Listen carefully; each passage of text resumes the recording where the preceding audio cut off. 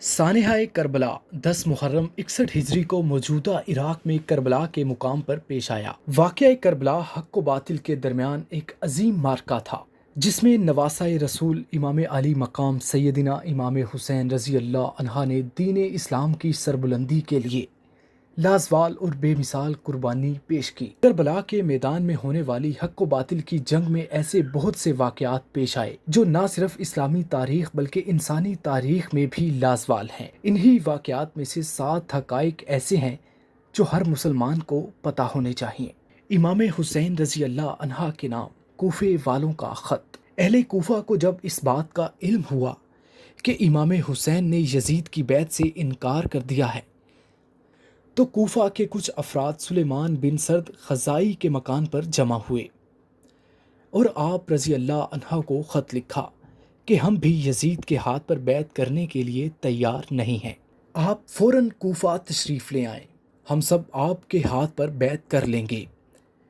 اس کے 2 دن بعد ان لوگوں نے اسی مضمون کا ایک خط امام حسین کی طرف لکھا اور چند دوسرے خطوط بھی آپ رضی اللہ عنہ کے پاس بھیجے، جن میں آپ رضی اللہ عنہ کو کوفے بلایا گیا۔ سانحہ کربلا کے پہلے شہید امام حسین رضی اللہ عنہ کے چچا زاد بھائی مسلم بن عقیل سانحہ کربلا کے پہلے شہید ہیں، جنہیں کوفہ میں شہید کیا گیا۔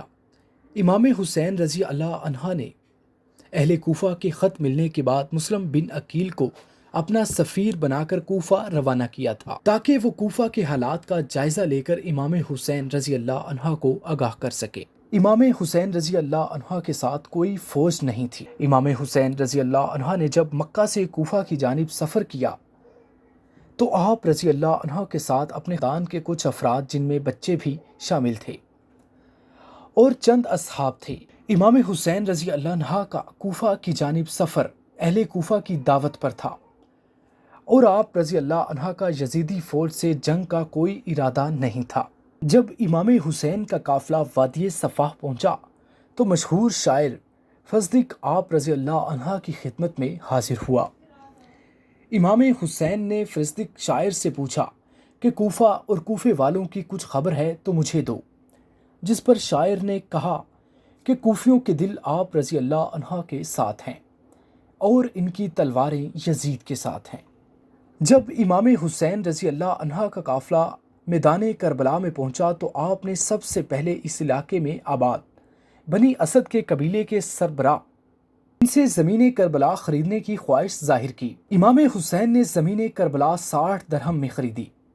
زمین کربلا کی خریداری یہ ثابت کرتی ہے کہ امام حسین کسی کی غاصب زمین پر دفن ہونا نہیں چاہتے تھے۔ حر بن یزید ریاحی کوفہ کے ایک بہادر اور دلیر سپہ سالار تھے۔ جب کوفہ کے گورنر عبید اللہ بن زیاد کو یہ خبر ملی کہ امام حسین عراق پہنچ چکے ہیں تو اس نے حر کو 1000 سپاہیوں پر مشتمل لشکر کے ساتھ امام علی مقام کے راستے میں بھیج دیا تاکہ آپ کا راستہ روکے۔ صبح عاشور حر نے جب یہ دیکھا کہ یزیدی فوج امام حسین کو قتل کرنے کے در پہ ہے تو وہ یزیدی لشکر سے نکل کر لشکر حسینی میں شامل ہو گیا اور شجاعت و بہادری سے لڑتے ہوئے امام علی مقام کے مشن پر اپنی جان نچھاور کر دی۔ میدان کربلا میں امام حسین رضی اللہ عنہ کے تمام ساتھی یزیدی لشکر سے لڑتے ہوئے شہید ہو گئے تو آپ رضی اللہ عنہ گھوڑے پر سوار ہو کر یزیدی لشکر سے ٹکرائے۔